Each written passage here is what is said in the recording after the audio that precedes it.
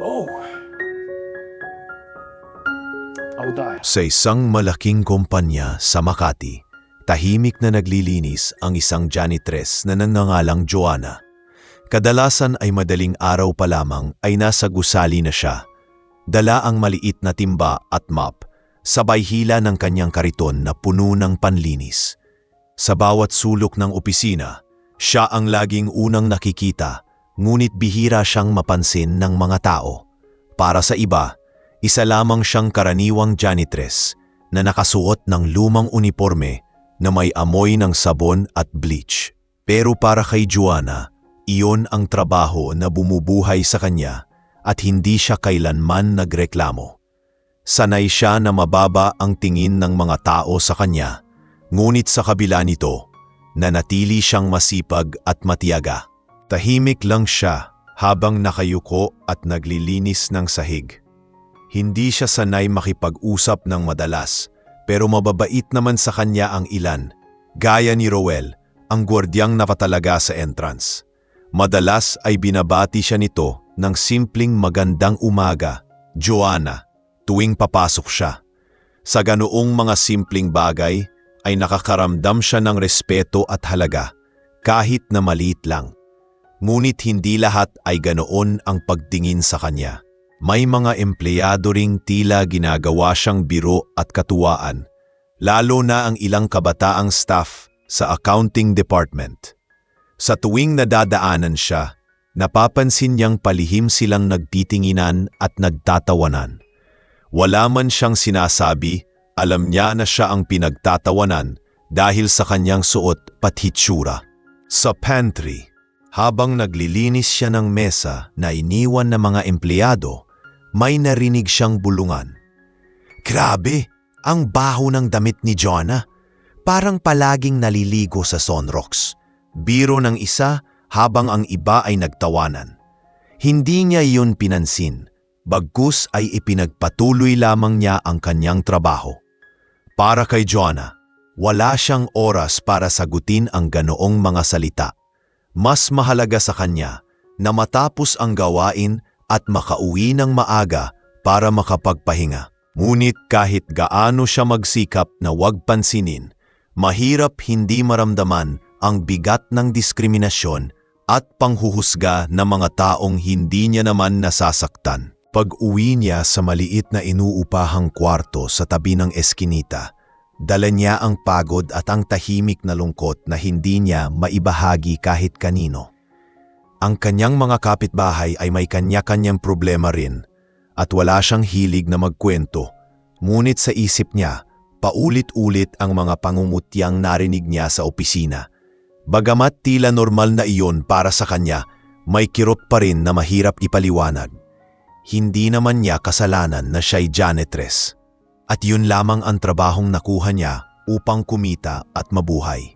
Kahit ganoon, hindi siya nawalan ng lakas ng loob. Sinabi niya sa sarili na darating din ang araw na makikita ng lahat ang totoong halaga ng isang tao, hindi base sa uniforme o posisyon. Sa ngayon, patuloy lamang siyang naglilinis, nagbubura ng alikabok at nagwawalis ng sahig. Hindi alam ng mga taong minamaliit siya na ang tahimik na janitress na kanilang pinagtatawanan ay may dalang lihim na magpapayanig sa kanilang mundo. Ang araw na iyon ay paparating na at wala ni isa sa kanila ang handa. Kinabukasan habang abala si Joanna sa paglilinis ng sahig malapit sa reception area, dumating ang ilang kabataang staff mula sa accounting department. Ang grupo ay binubuo nina Nobby, Crystal at Kian kasama ang dalawa pang empleyado na madalas niyang marinig na mahilig mangasar. Habang nag-uusap sila tungkol sa kanilang mga plano pagkatapos ng trabaho, napatingin si Crystal kay Joanna at biglang natawa. Grabe, parang hindi nauubos ang dumi dito sa kumpanya kahit araw-araw siyang naglilinis. Baka siya mismo ang dahilan. Biro nito sabay halakhak. Sumabay din ang iba at hindi nakaligtas si Joanna sa kanilang mapanuyang tingin. Si Novi naman, nakilala sa pagiging matalim ang dila, Sumingit at sinabing, "Tingnan mo nga naman ang uniforme niya. Parang hindi na nilabhan ng 1 linggo. Siguro wala na siyang ibang set ng damit." Muling nagtawanan ang grupo, habang si Kian naman ay nagkunwaring nagtakip ng ilong na para bang iniiwasan ang amoy ni Joanna. Ang mga ganitong biro ay madalas na niyang marinig, ngunit sa araw na iyon ay mas lantad at malakas ang kanilang pang-aalipusta.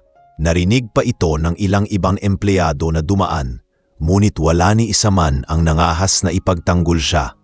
Sa halip, nakisabay pa ang ilan sa pagtawa. Tahimik lang si Joanna, nakayuko at patuloy na iniikot ang map. Hindi siya nagsalita, ngunit ramdam niya ang hapdi sa kanyang dibdib. Sa bawat salitang binibitawan ng mga ito, parang tumutusok riyon sa kanyang pagkatao. Sa isip niya, tinanong niya ang sarili kung bakit kailangang ganito ang trato sa kanya, gayong pare-pareho lamang silang nagtatrabaho para mabuhay. Ngunit mas pinili niyang magtimpi. Alam niyang wala siyang laban kung haharapin niya sila sa salita, lalo na't baka lalo lang siyang pagtawanan. Habang nagpapatuloy ang pang-aalipusta, may isang tao mula sa malayo ang nakatingin. Si Rowell, ang gwardiya, ay nakasandal sa pinto ng main entrance. Kanina pa niyang naririnig ang masasakit na biro laban kay Joanna at hindi na niya napigilan ang sarili. Lumapit siya at diretsyong sinabi, "Pwede ba, tigilan niyo na si Joanna? Wala naman siyang ginagawa sa inyo." Saglit na natahimik ang grupo, ngunit agad ding bumawi si Novi at sinabing, "Nako, Rowell, wag ka nang makialam. Hindi mo naman trabaho na ipagtanggol ang mga taong kagaya niya." Ngumiti si Kian ng mapanghamon at nagdagdag, "Baka naman may gusto ka kay Joanna kaya ganyan ka. Sayang ka naman kung doon ka lang mapupunta." Muli silang nagtawanan at mas lalo pang nadagdagan ang pang-aalipusta. Napayuko si Joanna, hindi dahil sa hiya, kundi dahil ayaw niyang lumaki ang gulo. Pinilit niyang tapusin ang kanyang ginagawa at naglakad papalayo. Pagbalik niya sa janitorial room, saglit siyang naupo at pumikit. Huminga siya ng malalim upang pakalmahin ang sarili. Sanay na siya sa ganitong sitwasyon, ngunit ang sakit ay hindi kailanman nawawala.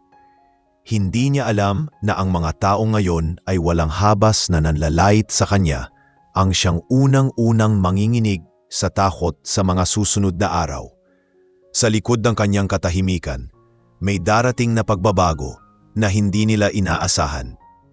Kinabukasan, habang nagsisimula na ang oras ng opisina, tahimik na naglalakad si Joanna, dala ang kanyang mop at timba. Papunta siya sa conference room upang linisin ito bago gamitin sa isang meeting. Habang nakayuko at maingat na pinupunasan ang mesa, dumating sina Novi at Crystal kasama si Janet. Nakita nila si Joanna at agad silang nagtinginan, sabay sabing, "Ayan na naman siya, laging nakabuntot dito." Baka akala niya kasama siya sa meeting. Tumawa si Crystal at sinabayan ng malakas na tinig, "Alam mo, Joanna, kung gusto mong makaangat sa buhay, mag-aral ka muna. Hindi yung habang buhay kang tagalinis lang." Natahimik saglit ang paligid dahil may ilang empleyadong nasa hallway ang nakarinig. Subalit imbes na pigilan, nagkunwaring abala ang iba at tumuloy lang sa ginagawa nila. Napatingin si Joanna, hindi para sumagot, kundi para ipakita na narinig niya ang lahat. Binalik niya ang kanyang tingin sa mesa at ipinagpatuloy ang paglilinis. Ngunit hindi pa doon nagtapos ang pang-aalipusta. Lumapit si Novi at sinadya niyang ibuhos ang kape sa mesa. "O ayan, Joanna, may trabaho ka ulit," sabi nito sabay tawa. Nakita iyon ni Ruel mula sa pinto at agad siyang pumasok. "Ano ba kayo?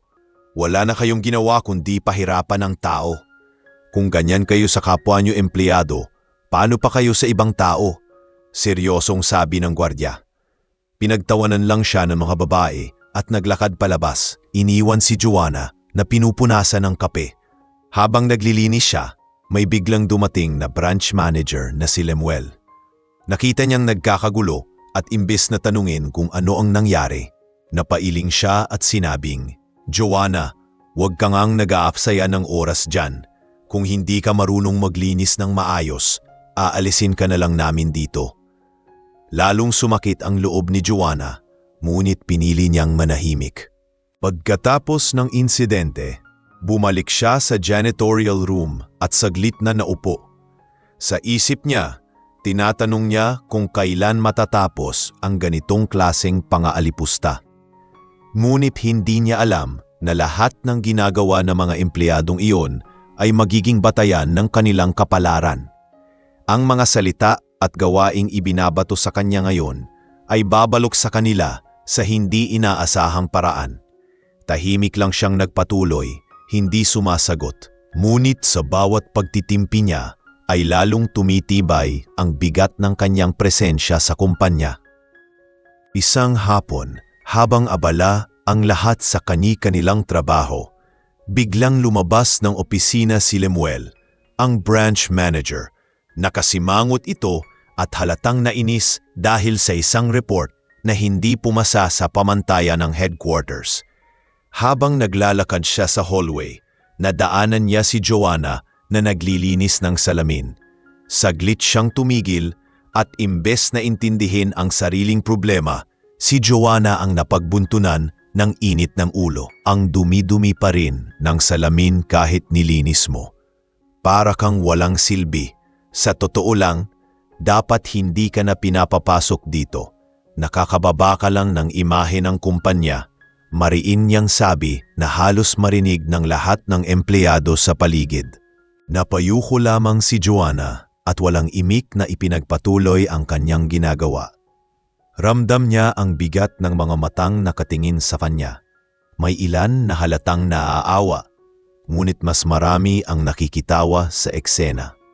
Ang ilan pang staff ay nagbulungan at may nagsabi pa ng, "Kawawa naman siya, pero totoo rin naman dapat maghanap na lang siya ng ibang trabaho." Sa kabila ng lahat, nanatiling kalmado si Joanna. Ngunit sa loob niya, unti-unti nang nadadagdagan ang sakit na kanyang tinitiis. Samantala, nakita ni Roel ang nangyari at halos hindi na siya makapaniwala sa asal ng kanilang manager. Lumapit siya kay Lemuel matapos umalis ang iba at sinabing, "Sir, pasensya na, pero hindi naman yata tama na ganyanin si Joanna. Ginagawa lang niya ang trabaho niya." Napataas ang kilay ni Lemuel at mariing sumagot, "Roel, trabaho mo bantayan ang pinto, hindi makialam. Huwag mong ipagtanggol ang mga taong wala namang ambag sa kumpanyang ito." Iniwan niyang nakatulala si Roel, naguguluhan kung bakit napakababa ng tingin ng manager sa isang empleyado na tapat sa kanyang tungkulin. Pagbalik sa janitorial room, saglit na naupo si Joanna at napatingin sa kanyang mga kamay na may bahid pa ng sabon. Sa isipan niya, umabalik ang mga masasakit na salita, paulit-ulit na parang sugat na hindi maghilom. Subalit sa kabila ng lahat ng iyon, hindi siya nagpakita ng galit. Mas pinili niyang tumahimik. Ngunit sa puso niya, nagsisimula ng mabuo ang tiyak na desisyon na hindi habang buhay ay magpapakababa siya sa harap ng mga taong patuloy na nangmamaliit. Hindi pa alam ni Lemuel at ng mga staff na ang kanilang asal ang magbibigay daan para makita nila ang isang katotohanan na hindi nila kayang tanggapin. Kinagabihan matapos ang mahabang araw ng trabaho, nanatili pa rin si Joanna sa gusali upang tapusin ang paglilinis. Karamihan sa mga empleyado ay umuwi na, ngunit siya ay naroon pa rin, maingat na sinisiguro na maayos ang bawat sulok ng opisina. Habang pinupunasan niya ang sahig sa may lobby, huminto sa tapat ng gusali ang isang itim na sasakyan. Bumaba ang isang driver at mabilis na nagtungo sa loob. Laking gulat ng gwardiyang si Roel nang makita na lumapit ito kay Joanna at magalang na binati siya. "Ma'am, handa na po ang lahat. Ihahatid ko na po kayo," mahinahong sabi ng driver na halatang may mataas na paggalang. Nagulat si Roel sa kanyang narinig. Sanay siyang nakikita si Joanna bilang tahimik na janitress, ngunit ang paraan ng pagtrato ng driver ay tila kakaiba. hindi ito parang isang simpleng pagsundo, kundi may halong respeto na karaniwang ibinibigay lamang sa mga taong may mataas na katungkulan. Napansin din niyang may isa pang lalaking nakasuot ng pormal na Amerikana na bumaba ng sasakyan at lumapit kay Joanna, dala-dala ang ilang dokumento. "Ma'am Joanna, ito po ang papeles na hinihingi ni attorney. Kailangan na po nating pirmahan bukas," magalang na wika ng lalaki. Mabilis na inilagay ni Joanna ang mop sa gilid at tila walang bakas ng pag-aalinlangan ay tinanggap ang dokumento. Nagpatuloy siya sa pag-uusap sa mga ito, ngunit sinadya niyang huwag ipakita sa ibang tao ang buong detalye. Halata sa kanyang galaw na nais niyang panatilihing tahimik ang lahat ng bagay. Ngunit bago siya sumakay sa sasakyan, napansin niya si Roel na nakamasid mula sa di kalayuan. Ngumiti lamang siya ng marahan at bahagyang tumango na para bang nagsasabing may tamang oras para sa lahat. Naiwan si Roel na nagtataka, ngunit nagdesisyon siyang manahimik. Samantala, kinabukasan, kumalat ang usapan sa ilang empleyado na nakita raw si Joanna na sinundo ng magarang sasakyan. Ang ilan ay natawa at nagbirong baka may nakarelasyon siyang mayaman, habang ang iba ay hindi naniwala at sinabi lamang na baka simpleng tsansa lang iyon. Hindi nila alam na ang nakita nila kagabi ay simula pa lamang ng isang malaking pagbubunyag. Sa katahimikan ni Joanna, unti-unti nang nabubuo ang isang kwento na magpapayanig sa buong kumpanya. Makalipas ang ilang araw, nagpatawag ng biglaang pagpupulong ang HR department. Ipinahayag nila na may darating na bagong CEO na siyang uupo bilang kapalit ng pumanaw na may-ari ng kumpanya. Ang balita ay mabilis na kumalat sa bawat departamento at naging paksa ng usapan ng lahat ng empleyado. Sa pantry, nagkukumpulan sina Novi, Crystal at Hian, sabik na pinag-uusapan kung sino ang maaaring pumalit. Sigurado ako, foreign-educated ang bagong CEO, baka mataray at istrikto. Kaya dapat maganda agad ang impresyon natin, sabi ni Crystal habang inaayos ang kanyang make-up. Sumabat naman si Novi at nagbiro. Kung sino man siya, sana gwapo para hindi nakakainip ang meeting.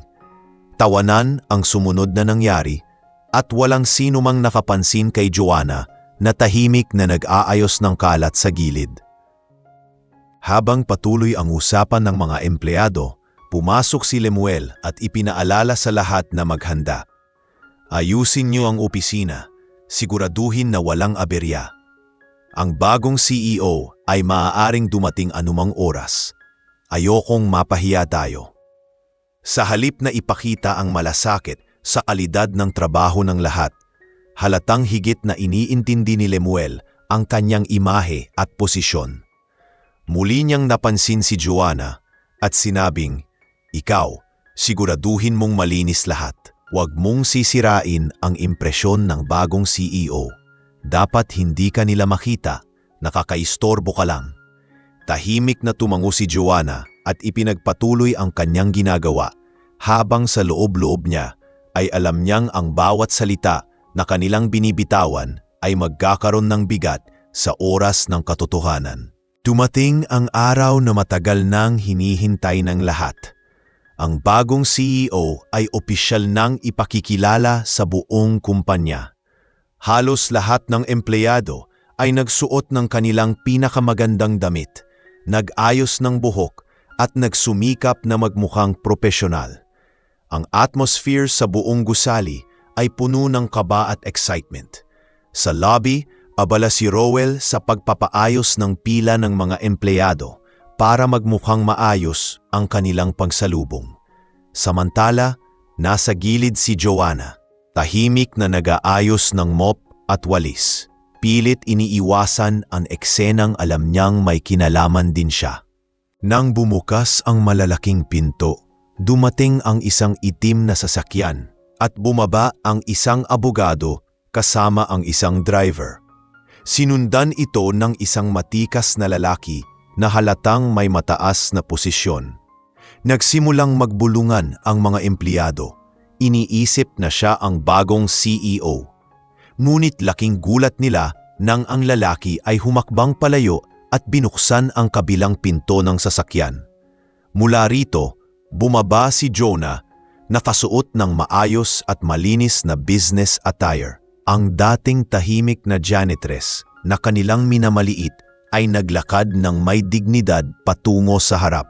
Nagkatinginan ng lahat, hindi makapaniwala sa kanilang nasasaksihan. Halos mabitawan ni Novi ang hawak na folder, habang si Crystal ay natigilan na parang nakita ng multo. Ang iba pang staff ay namutla at hindi malaman kung tatayo ba o mananatiling nakaupo. Si Lemuel naman, na laging nangumutya kay Joanna, ay hindi makapagsalita at napaatras ng bahagya. Ang kanilang iniisip na simpleng tagalinis lamang ay siya palang taong magpapasya sa kanilang kinabukasan. Lumapit ang abogado at opisyal na nagpakilala.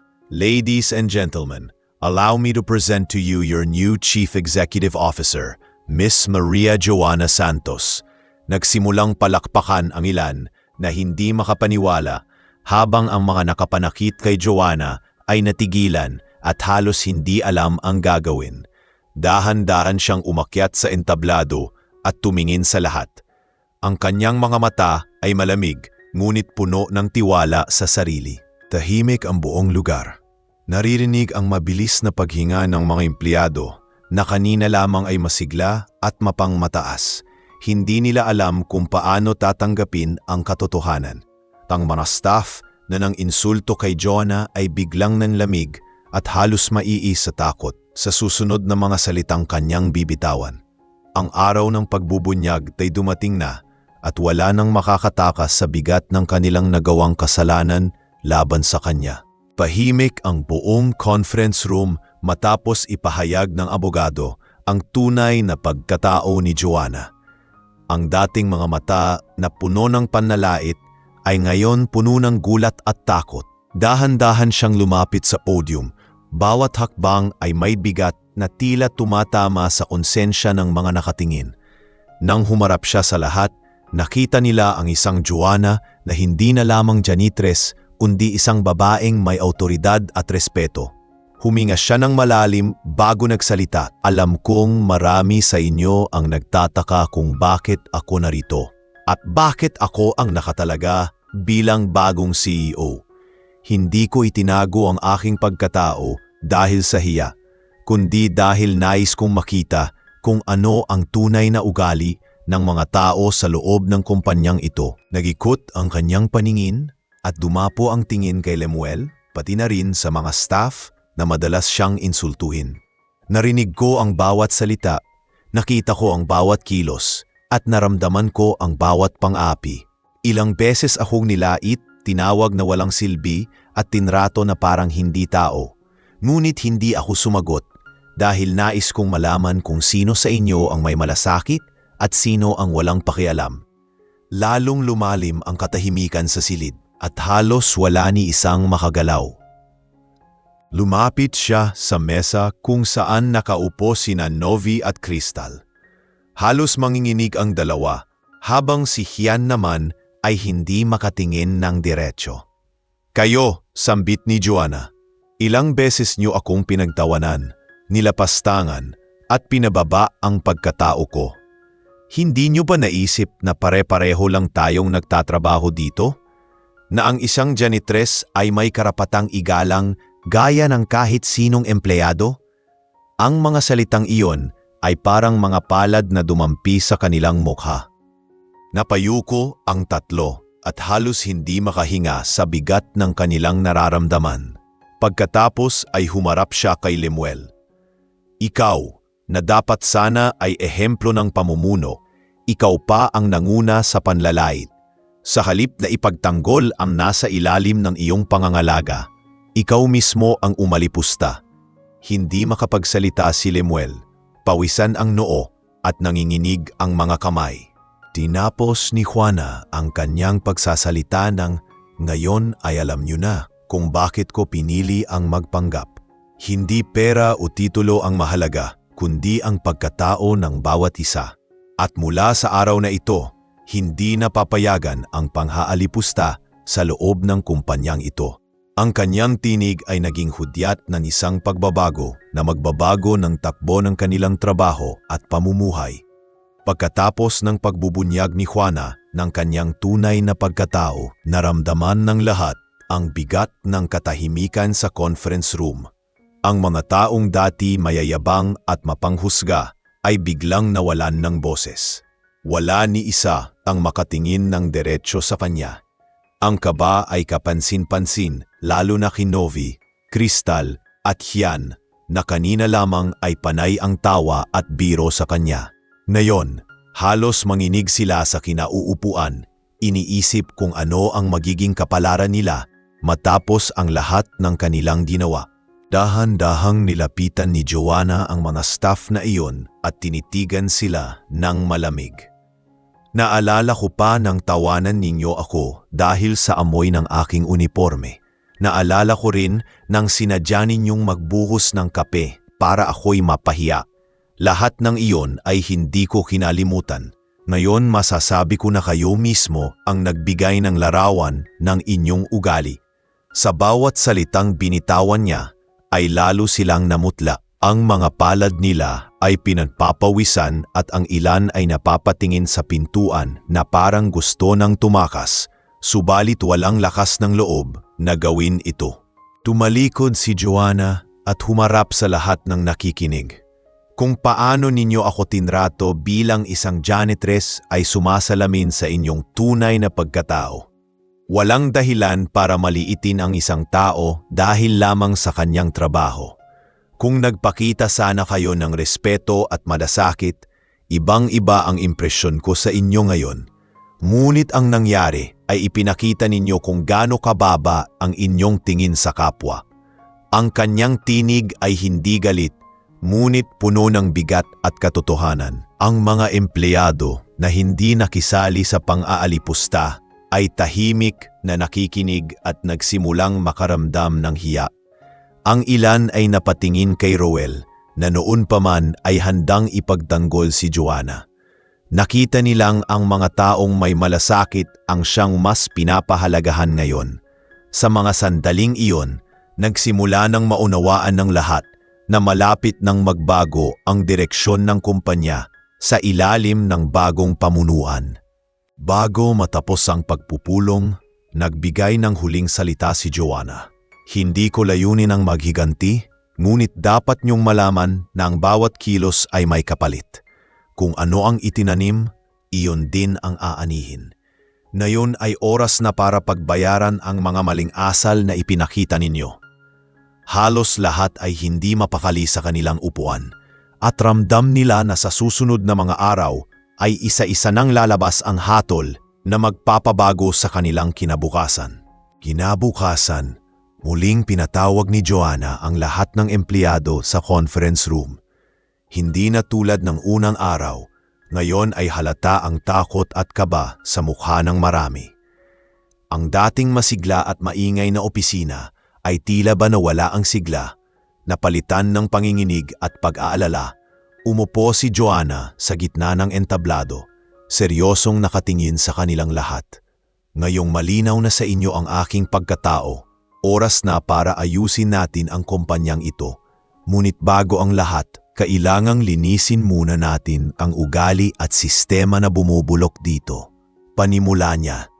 Kinuha niya ang ilang folder na dala ng kanyang abogado at binuksan ito sa harap ng lahat. Ipina-audit ko ang performance ng bawat isa sa inyo. Hindi lamang base sa inyong ginagawa, kundi pati na rin sa asal at pakikitungo ninyo sa inyong kapwa. Dahil dito, makikita natin kung sino ang karapat-dapat manatili at kung sino ang hindi. Ang mga salipanyang iyon ay nagpatindi ng kaba sa mga empleyado. Si Novi ay napayuko, si Crystal ay naglaro sa kanyang mga daliri para maitago ang panginginig, habang si Kian ay hindi makatingin ng diresto. Isa-isang binanggit ni Joanna ang mga tala. May mga empleyadong palaging late, May nahuling gumagamit ng oras ng kumpanya para sa personal na gawain. At may mga lumabag sa mga patakaran ng kumpanya. Habang nagsasalita siya, lalong bumibigat ang hangin sa loob ng silid. Kung ang isang tao ay hindi marunong rumespeto sa mas mababang posisyon, paano siya magiging mabuting kinatawan ng kumpanyang ito? Dagdag pa niya, tiningnan niya si Lemuel na halos hindi makagalaw sa kanyang upuan. Bilang manager, inaasahan kong ikaw ang magiging ehemplo ng magandang pamumuno. Ngunit base sa nakita at narinig ko, ikaw mismo ang nangunguna sa panlalait. Sa halip na suportahan ang mga empleyado mo, pinapahiya mo pa sila. Isang pamumuno na hindi karapat-dapat. Napalunok si Lemuel at hindi nakasagot. Alam niyang tama ang bawat salitang binibitawan ni Joanna. Bago niya tinapos ang pagpupulong, nagwika siya. Ang audit na ito ay hindi para parusahan lamang, kundi para ipakita na walang sinuman ang nakatataas pagdating sa respeto at malasakit.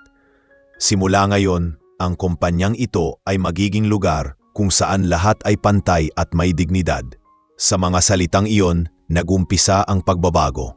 Ngunit kasabay nito, nagsimula rin ang kaba ng mga taong alam nilang sila ang may pinakamalaking pagkakasala. Matapos ang ilang araw ng masusing pag-audit, muling pinatawag ni Joanna ang lahat ng empleyado para ipahayag ang resulta. Tahimik ang buong conference room habang isa-isa niyang binabanggit ang pangalan ng mga taong nasangkot sa pang-aabuso at kapabayaan. Crystal, wika niya habang nakatingin diretsyo, ilang ulit kang nahuling late at may mga reklamo ring natanggap mula sa iyong mga kasamahan tungkol sa ugali mo. Sa kabila ng pagkakataong maituwid, patuloy mong ipinapakita ang kawalan ng respeto. Halos mapaiyak si Crystal sa kanyang kinauupuan, hindi makapaniwala na mismong harap ng lahat siya binanggit. Sumunod na tinawag si Novi. Ikaw naman, Novi, ipinakita mo ang paminsang sipag, ngunit higit na nangingibabaw ang iyong panlalait at pang-aapi.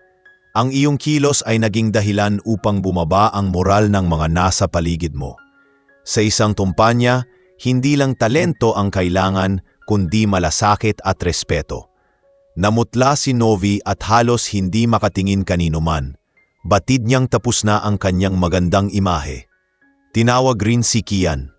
May tala ng hindi maayos na record sa trabaho. At higit pa roon, malinaw ang iyong pakikisama sa pang-aalipusta sa iba. Sa halip na magbigay ng inspirasyon, ikaw ay naging pasimuno ng maling halimbawa. Tahimik lamang si Kian, pawisan ang noo at nanginginig ang mga kamay. Ngunit ang pinakamatinding pagtawag ay para kay Lemuel. Bilang branch manager, ikaw ang dapat nangunguna sa pagpapakita ng tamang asal.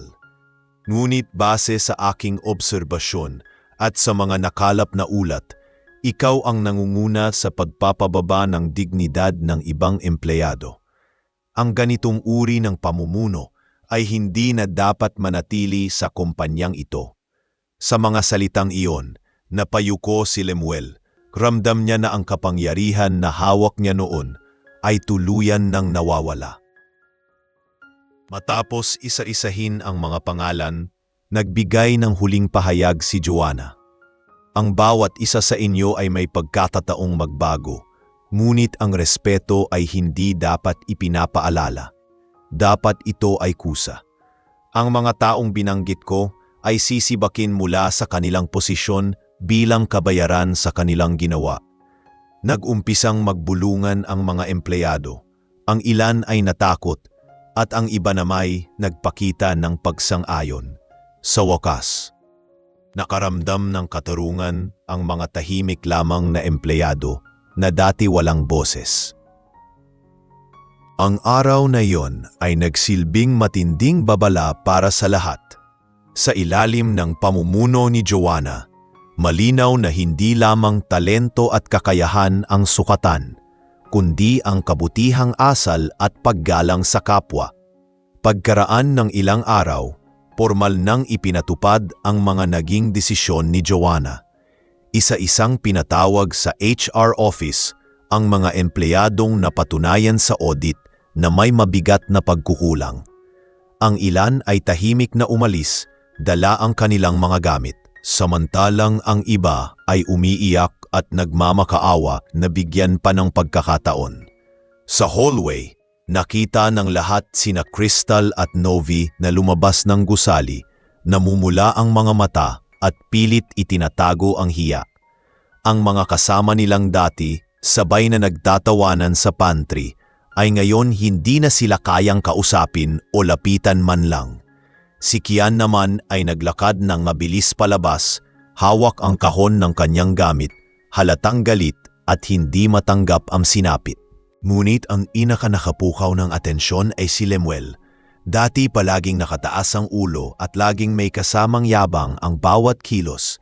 Ngayon ay halos hindi makatingin sa kahit kanino.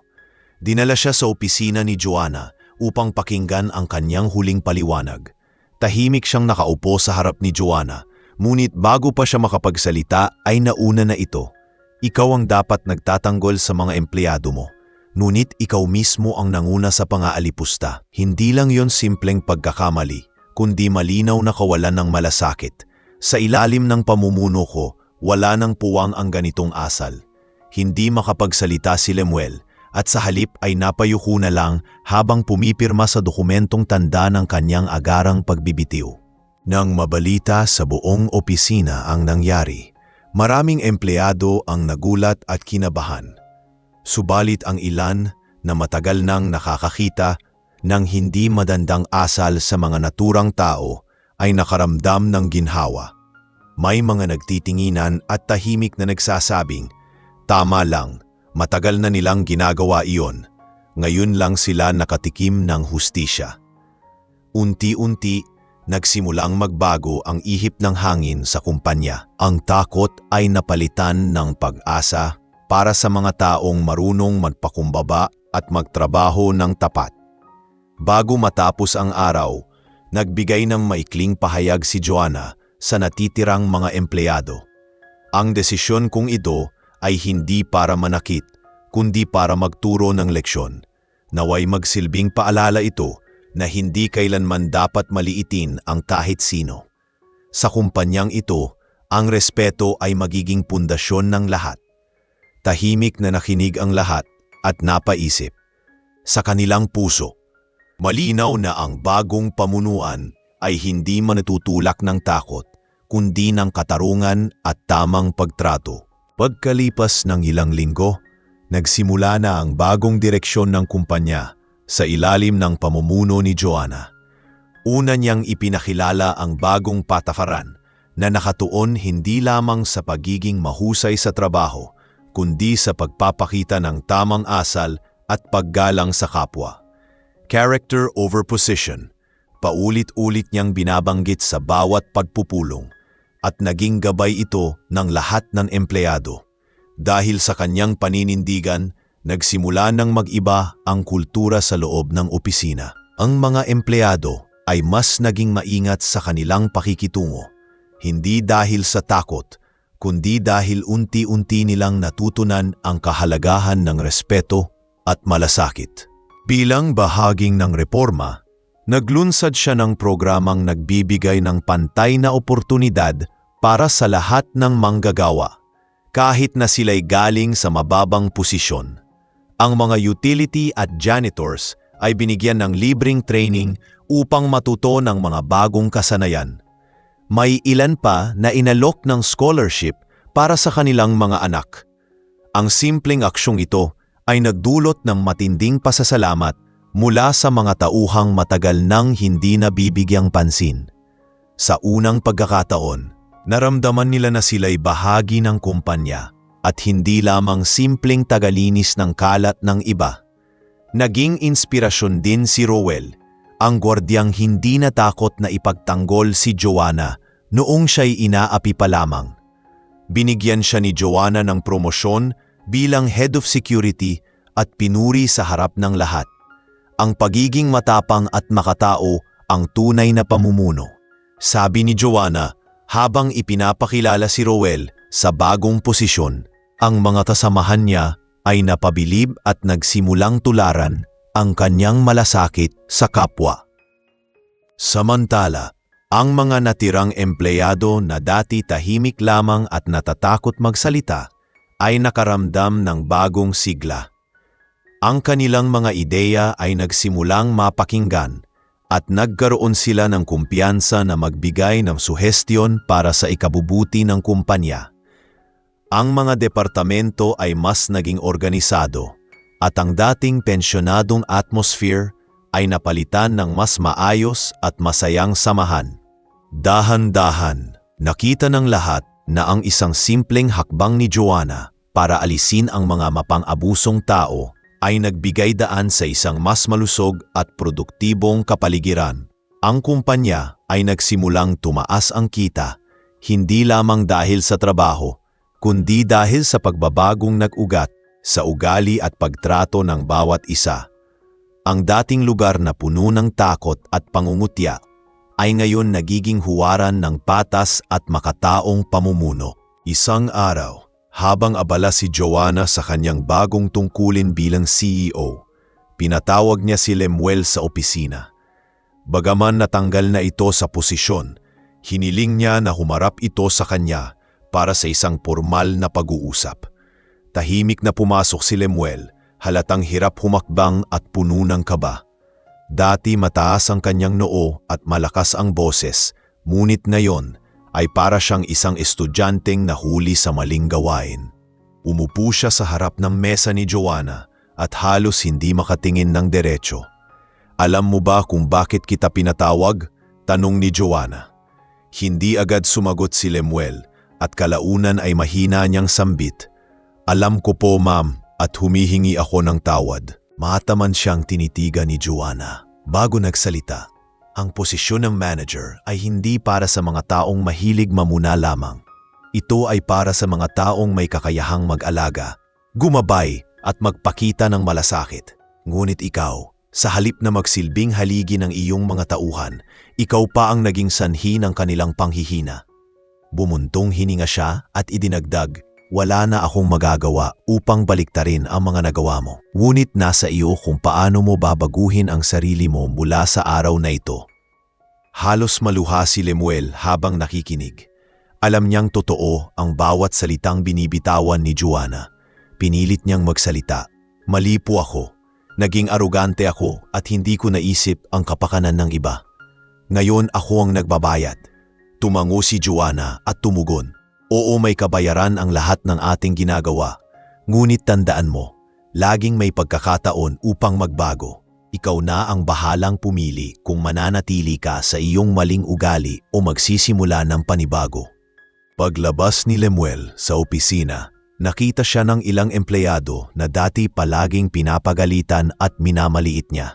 Wala na ang dati niyang tikas at ang mga mata niya'y puno ng hiya.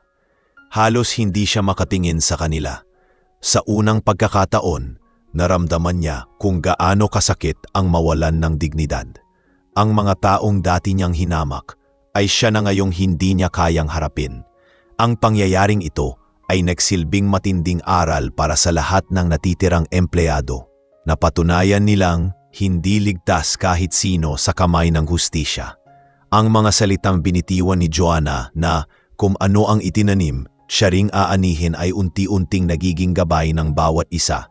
Ang aral na natutunan mula sa pagbagsak ni Lemuel ay nagsilbing paalala na ang kapangyarihan ay walang saysay kung wala itong kasamang respeto at malasakit. Makalipas ang ilang linggo, nagsimula nang ipatupad ni Joanna ang mas malawak na pagbabago sa buong kumpanya. Sa unang araw ng kanyang bagong programa, ipinatawag niya ang lahat ng department heads kasama ang mga empleyado mula sa utility at janitorial staff. Marami ang nagtaka kung bakit isinama pa ang mga mababang posisyon sa ganitong pagpupulong. Ngunit mabilis itong ipinaliwanag ni Joanna. Simula ngayon, pantay-pantay ang tingin sa lahat. Hindi na mahalaga kung ikaw ay nasa opisina o naglilinis ng sahig.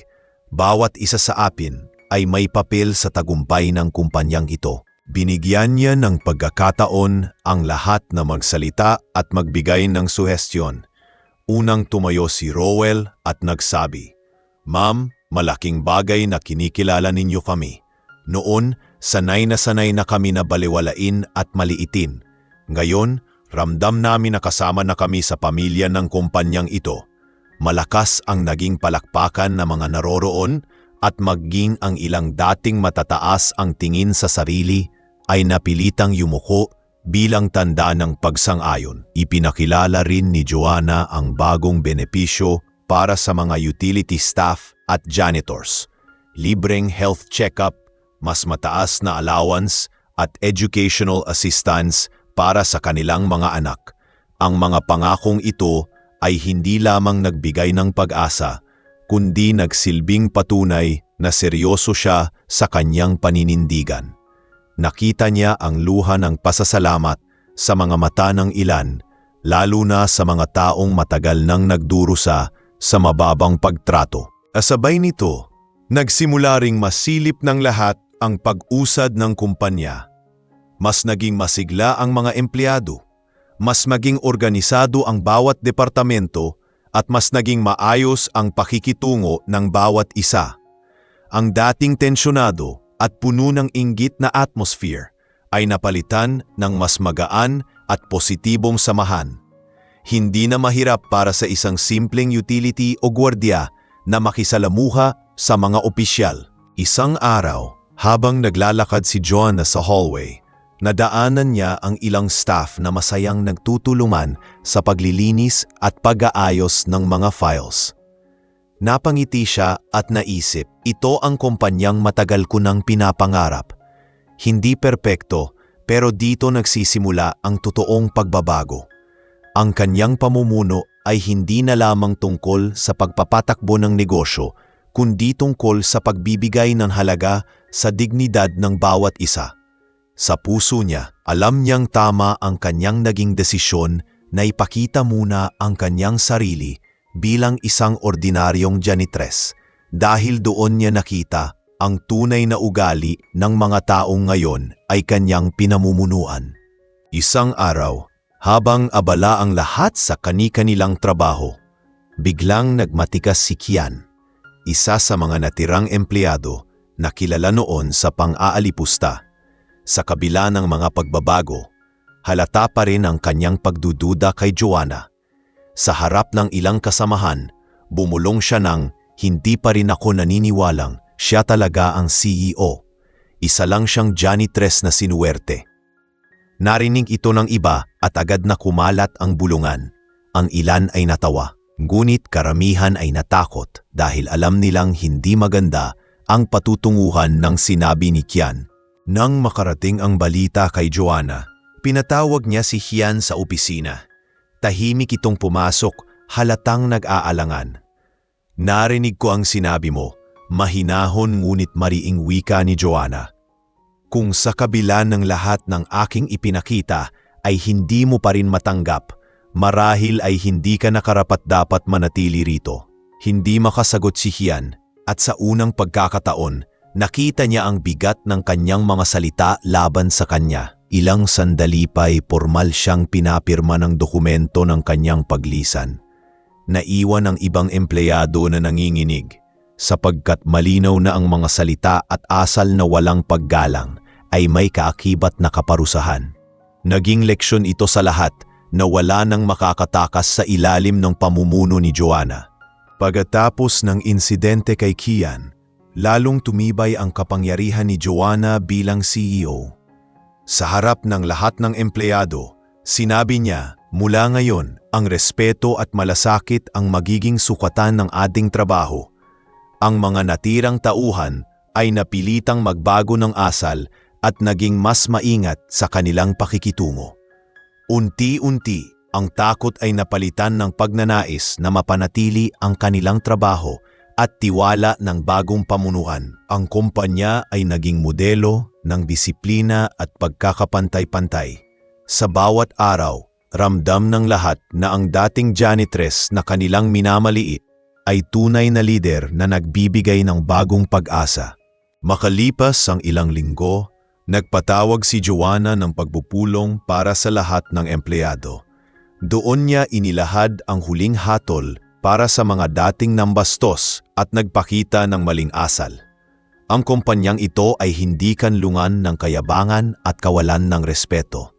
Simula ngayon, ang sinumang lalabag ay hindi na muling tatanggapin sa alinmang sangay ng ating negosyo. Ang anunsyong ito ay nagdulot ng matinding kaba. Ngunit nagsilbi rin itong paalala na ang pagbabago ay hindi na maiiwasan.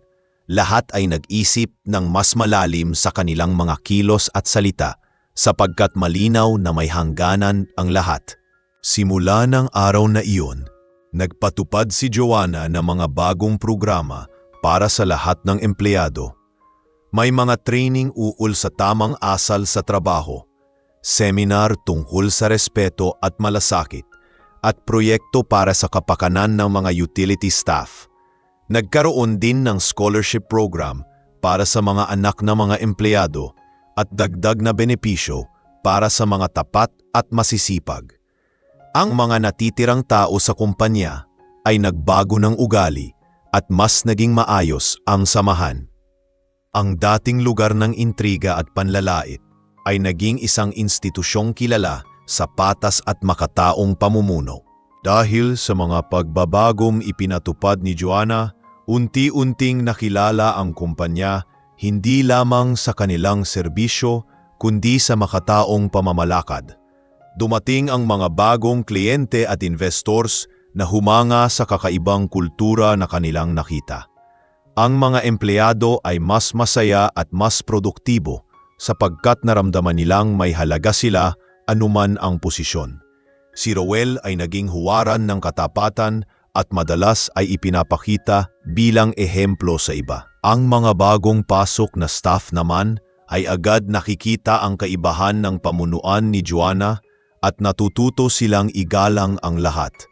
Unti-unting nagiging simbolo ng pagbabago ang kanyang pangalan.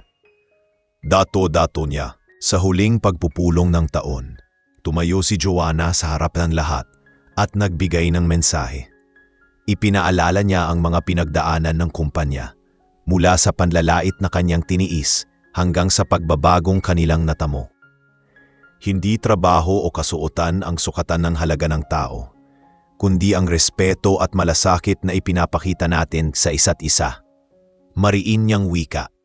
Ang mga empleyado ay sabay-sabay na pumalakpak, ramdam ang kanilang pagkakaisa.